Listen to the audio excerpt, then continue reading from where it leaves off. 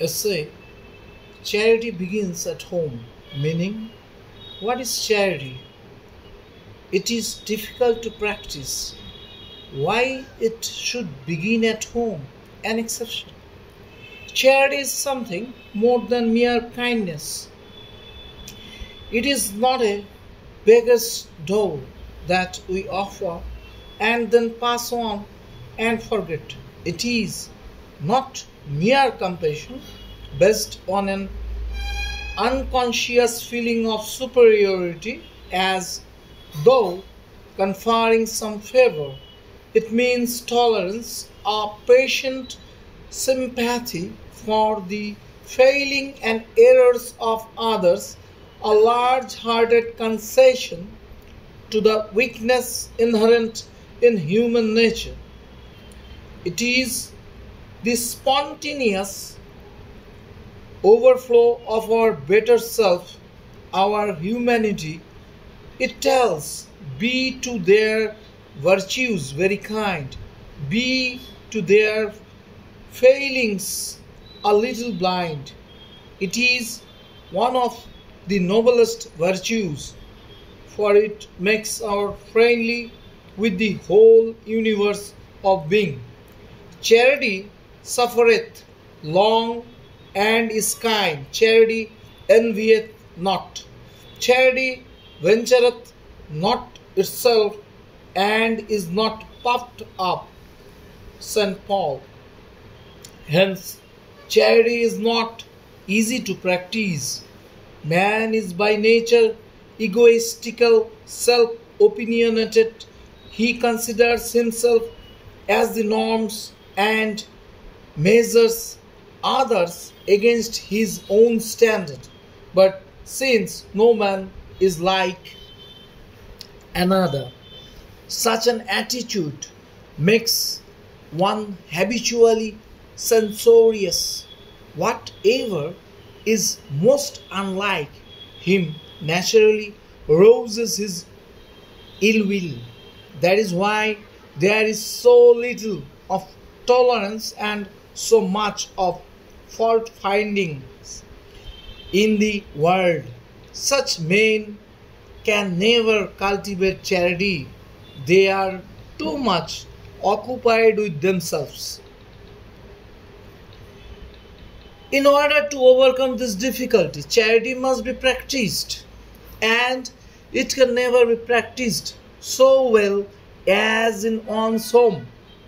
In one's daily dealings with those near about, one can never be patient and overbearing with others unless one is able to cultivate this attitude at home.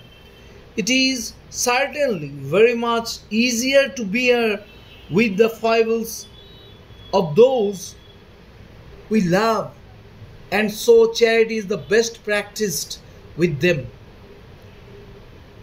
Once we begin to cultivate sympathy with our kith and kin, we will find it easier to do with others. The home is the center, and so let the goodness that is within us radiate from the center like the life warming heat of the charitable sun. Once we begin with our homes, we can gradually extend the circumference and scope of our charity till it includes our neighbors, our fellow workers, our people, and so on until it becomes our habitual and spontaneous manner with everyone. The proverb sounds like a salutary warning against the vague idealism which seeks escape from immediate obligation into a diffuse, ineffectual sentimentality. There are many who, indifferent to their duties to those near about them, and think about the rest of mankind, unable to grapple with the immediate and near. Many will too often embrace a vast abstraction, the welfare of humanity. It is the other extreme of selfishness, since its origin is not love of others but love of one's own praise, the desire to be applauded for something that all can see and admire. Unfortunately, it tends to end there. The proverb warns us against this also. The home is the origin, the whole world is the end. Let this never be forgotten.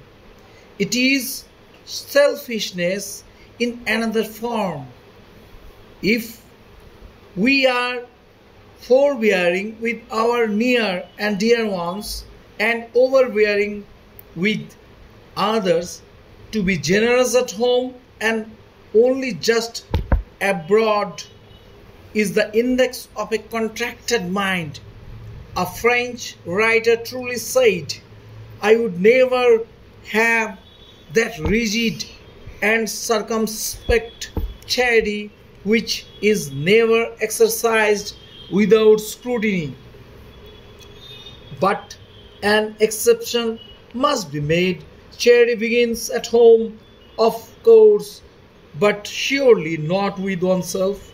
One must be charitable to the whole world, but one must be a strong judge of one's own self, for charity with self only encourages just laxity in one's own conduct.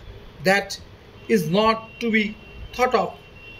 The way to perfection in one's own life is to cultivate charity with the world, but exercise stern censorship over one's own conduct. Thank you.